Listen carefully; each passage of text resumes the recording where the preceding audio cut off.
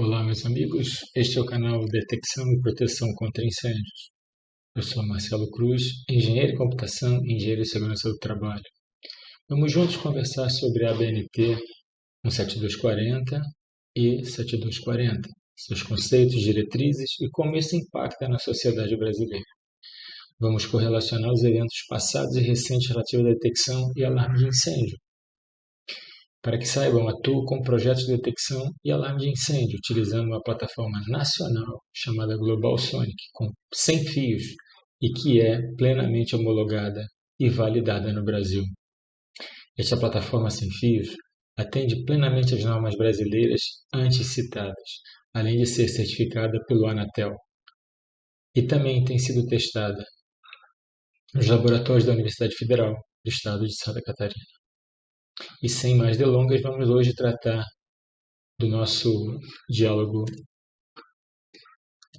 que está relacionado à documentação requerida para a elaboração do projeto. Por aqui, projeto? Projeto de incêndio. Esse projeto tem que estar calcado na NBR 17240. E a 17240 ela é muito clara nos passos que devem ser tomados na elaboração do referido projeto. Então, assim ela diz, para a elaboração do projeto do SDAI, em conformidade com os requisitos desta norma, o responsável pelo projeto deverá ter acesso à documentação necessária, que deve incluir o seguinte: plantas da edificação, plantas baixas, cortes, etc. Ocupação da edificação, população física, fixa e flutuante da edificação. Descrição do risco incluindo, o uso proposto das zonas de detecção e zonas de alarme. Levantamento do material combustível do ambiente a ser protegido. Estudo de classificação de áreas com risco de explosão de gases ou de poeira combustível.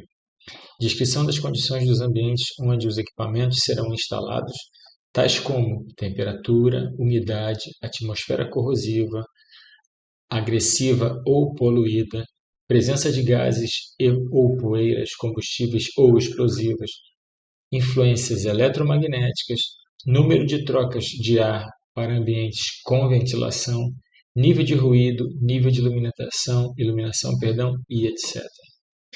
Descrição da infraestrutura do ambiente, por exemplo, ventilação, ar-condicionado, comunicação, eletricidade, elevador de emergência. Informações sobre outros sistemas a serem controlados e ou supervisionados pelo sistema de detecção e alarme de incêndio, por exemplo, sistema de controle de fumaça, pressurização de escadas, sistema de supressão de incêndio, sistema de chuveiros automáticos, controle de elevadores. Informações sobre outros sistemas a serem interligados ao sistema de detecção e alarme de incêndio, por exemplo, sistemas de controle de acesso e supervisão predial. Normas ou códigos específicos pertinentes ao projeto a ser desenvolvido. E também o plano de emergência, incluindo a localização da brigada de incêndio, rotas de fuga, pontos de acesso de equipes de emergências e etc. Então, meus queridos, o que ocorre ou decorre desse fato é que o projeto de incêndio ele tem que estar totalmente abarcado de todas essas informações para que, a partir daí, seja contemplado o conceito, a melhor aplicação dos, dos equipamentos, da tecnologia, para que pessoas e instalações estejam protegidas. E seguindo essa linha de entendimento, eu vou citar uma matéria que foi posta na CNN algumas semanas atrás, que fala exatamente de uma coisa que o brasileiro vive fazendo e de forma totalmente descolada da realidade, descolada do bom senso e descolada da questão de cuidar de gente. São ambientes que são criados para burlar as leis, burlar as normas e que viram compactador de pessoas. E isso normalmente induz a um risco muito alto e, consequentemente, quando acontece o sinistro, você tem perdas de vidas, consequentemente, perda do ambiente e depois ninguém quer se responsabilizar, nem quem assumiu o risco de colocar aquelas pessoas naquela posição, naquela condição, e muito menos o Estado ou a prefeitura ou os órgãos que deveriam controlar. E aí eu digo CREA,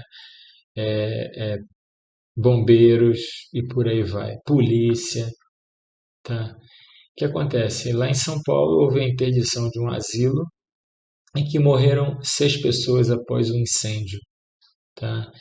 Isso aconteceu, era uma casa chamada Casa de Repouso, na zona leste de São Paulo, que funcionava sem alvará, e nem pedido à subprefeitura para funcionar como tal. Então, havia nesse local idosos estocados naquele ambiente, porque não tem outro nome a dar. Houve um incêndio e as pessoas vieram a óbito. Era uma residência de apenas 4 cômodos, com 2 quartos, sala, cozinha. E, obviamente, rotas de fuga ou estudos de caso para garantir a segurança dessas pessoas não existiam. Houve o incêndio, as pessoas vieram a óbito. E aí, nesse momento, ninguém assume a responsabilidade. Todavia, fazendo uma análise anterior, o que nós deveríamos nos preocupar é um contexto muito simples. Toda e qualquer edificação deve ter algum sistema de detecção de calor, detecção de fumaça, com um alarme pertinente, detecção de gases, GLP, ou como por exemplo, para que nós possamos ter a menor reação, o menor tempo possível para a reação, caso algum desses fenômenos venham a acontecer e, consequentemente, evitar as mortes. Se o ambiente for queimado, isso constrói-se de novo. Todavia, quando você perde pessoas ou mutila as pessoas, isso não tem saída, já está feito. Então, eu entendo que deveria sim utilizar das normas existentes, principalmente do que há na ABNT para combate e detecção de incêndio, e criar criar uma legislação que facilite o proprietário de uma casa, seja o que for, a aplicar sistemas de detecção de incêndio e de combate, por que não? De forma que ele tivesse alguma vantagem, como por exemplo, a implantação de um sistema de detecção de incêndio, ele teria desconto no IPTU, como exemplo. Mas nós poderíamos sim, agindo dessa forma, o bombeiro seria notificado muito mais rápido, porque são sistemas eletrônicos, você pode colocar um sistema de envio de informações caso aconteça algum distúrbio como esse para o corpo de bombeiros ou para a polícia, que pode ir até o local de forma rápida, ou para a guarda municipal, e com isso minimizar essas perdas.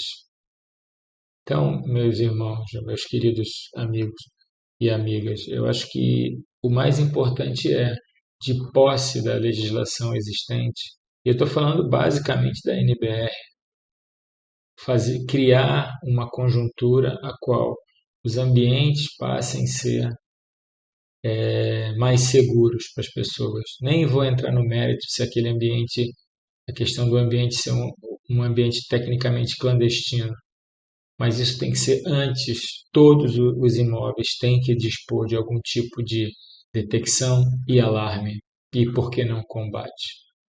À medida que há uma pessoa ali, essa pessoa tem que estar protegida. Tá ok?